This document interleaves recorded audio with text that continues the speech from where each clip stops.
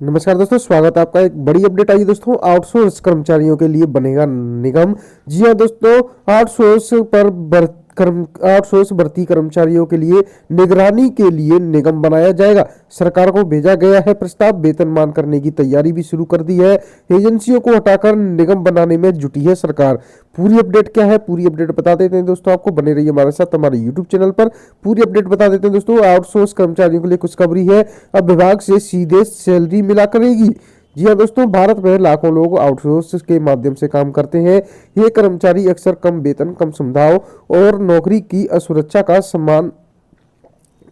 का सामना करते हैं। लेकिन अब उनके लिए एक बड़ी खुशखबरी आई है। सरकार ने आउटसोर्स कर्मियों के लिए एक नई पॉलिसी की घोषणा की है, जिसके तहत उन्हें सीधे विभाग से सैलरी मिलेगी। यह नई पॉलिसी न केवल आउटसोर्स कर्मियों के जीवन में सुधार लाएगी, बल्कि देश की अर्थव्यवस्था को भी मजबूत करेगी। इससे लाखों परिवारों को आर्थिक सुरक्षा मिलेगी और उनका जीवन स्तर सुधरेगा। आइए इस नई पॉलिसी के बारे में आपको बता दूं दोस्तों। आउटसोर्स क्या है पहले आपको बता दें तो दोस्तों, आउटसोर्सिंग एक ऐसी प्रक्रिया है जिसमें कोई कंपनी या संगठन अपने कुछ कार्यों को बाहरी एजेंसियों या व्यक्तियों को सौंप देता है। यह अक्सर लागत कम करने, विशेषज्ञता का लाभ उठाने या संसाधनों को बेहतर तरीके से उपयोग करने के लिए किया जाता है। आउटसोर्सिंग के कुछ प्रमुख प्रकार कौन कौन से होते हैं तो दोस्तों, बीपीओ होता है जिसमें बिजनेस प्रोसेस आउटसोर्सिंग होते हैं। इसमें कंपनियों और अपने गैर मुख्य व्यवसायिक प्रक्रियाओं को बाहरी एजेंसियों को सौंप देती है। एक होते हैं दोस्तों आईटीओ, जिसमें इंफॉर्मेशन टेक्नोलॉजी आउटसोर्सिंग होती है। इसमें आईटी सेवाओं और समर्थन को बाहरी कंपनियों को दिया जाता है। एक होता है दोस्तों केपीओ, जिसमें नॉलेज प्रोसेस आउटसोर्सिंग होता है। इसमें उच्च स्तर के ज्ञान आधारित कार्यों को आउटसोर्स किया जाता है। एक होता है दोस्तों एलपीओ, जिसमें लीगल प्रोसेस आउटसोर्सिंग होता है। इसमें कानूनी सेवाओं को बाहरी फर्मों को सौंपा जाता है। आउटसोर्सिंग कर्मचारी कल्याण पॉलिसी का ओवरव्यू बता देते हैं दोस्तों। यही पॉलिसी आने वाली है आपके लिए।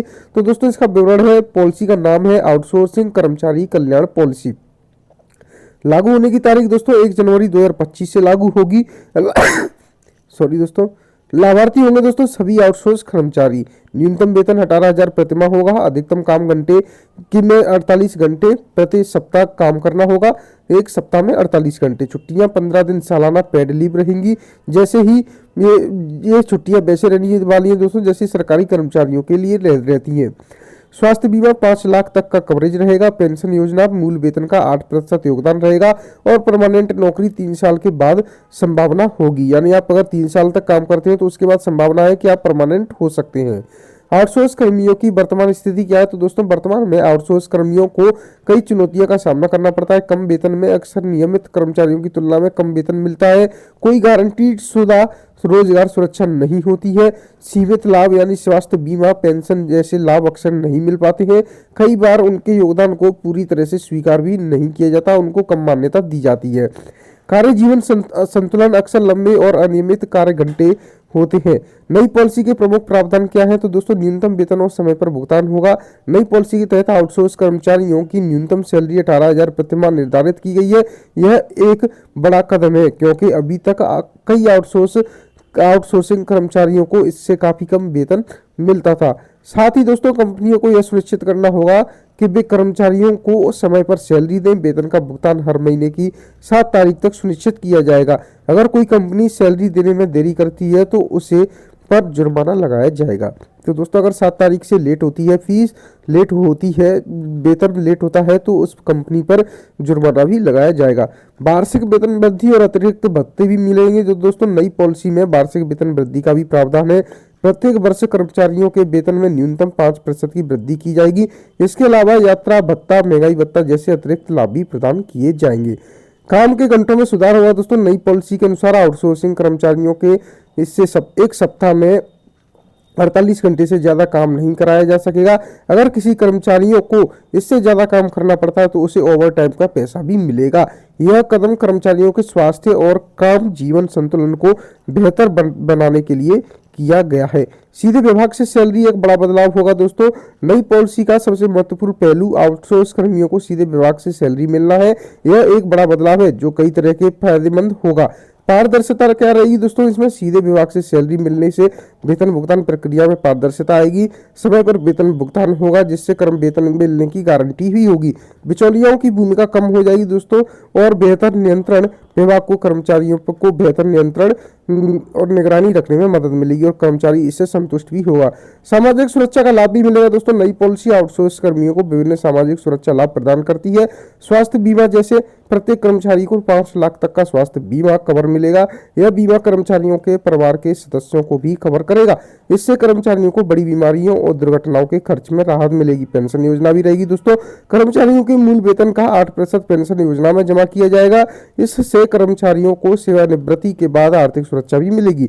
यह योजना कर्मचारियों को भविष्य के लिए बचत करने में भी मदद करेगी। अब दोस्तों मातृत्व लाभ भी मिलेगा। इसमें महिला कर्मचारियों को 26 सप्ताह का पेड मातृत्व अवकाश मिलेगा और दोस्तों इस दौरान उन्हें पूरा वेतन भी मिलता रहेगा। यह लाभ महिला कर्मचारियों को काम और परिवार के बीच संतुलन बनाने में मदद करेगा। कौशल विकास और करियर प्रगति भी होगी दोस्तों। नई पॉलिसी आउटसोर्स कर्मियों के कौशल विकास और करियर प्रगति पर भी ध्यान देती है। प्रशिक्षण कार्यक्रम क्या होगा दोस्तों? तो नियमित रूप से कौशल विकास प्रशिक्षण कार्यक्रम आयोजित किए जाएंगे। ये कार्यक्रम कर्मचारियों को नए कौशल सीखने और अपने मौजूदा कौशल को बेहतर बनाने में मदद करेंगे। प्रशिक्षण के लिए कर्मचारियों को पेड लीव भी दी जाएगी। करियर प्रगति के अवसर रहेंगे दोस्तों, तो जिसमें प्रदर्शन के आधार पर कर्मचारियों को पदोन्नति के अवसर दिए जाएंगे।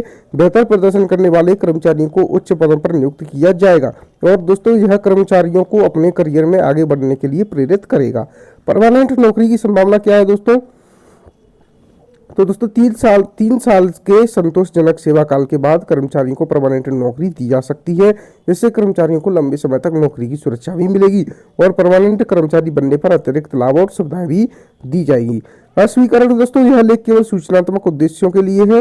हालांकि हमने इस जानकारी को सटीक और अपनी तरीके से रखने का प्रयास किया है, लेकिन जो भी बात आपको बताई गई है वो एकदम सत्य है और ये केंद्र के आउटसोर्स कर्मचारियों के लिए अभी हो रहा है और जैसे ये केंद्र में योजना लागू हो जाएगी उसके बाद ये आउटसोर्स कर्मचारियों के लिए राज्यों में भी लागू होने की संभावना बताई जा रही है। तो दोस्तों आउटसोर्स कर्मचारियों के लिए बनेगा निगम, एक बहुत अच्छी बात है। उनको वेतन वहीं से मिल जाएगा और वेतन में अब देरी भी नहीं होगी। तो दोस्तों आज के लिए वीडियो अपडेट में इतना ही। मिलते हैं आपसे नेक्स्ट अपडेट लेकर। हमारे चैनल को सब्सक्राइब जरूर कर लें।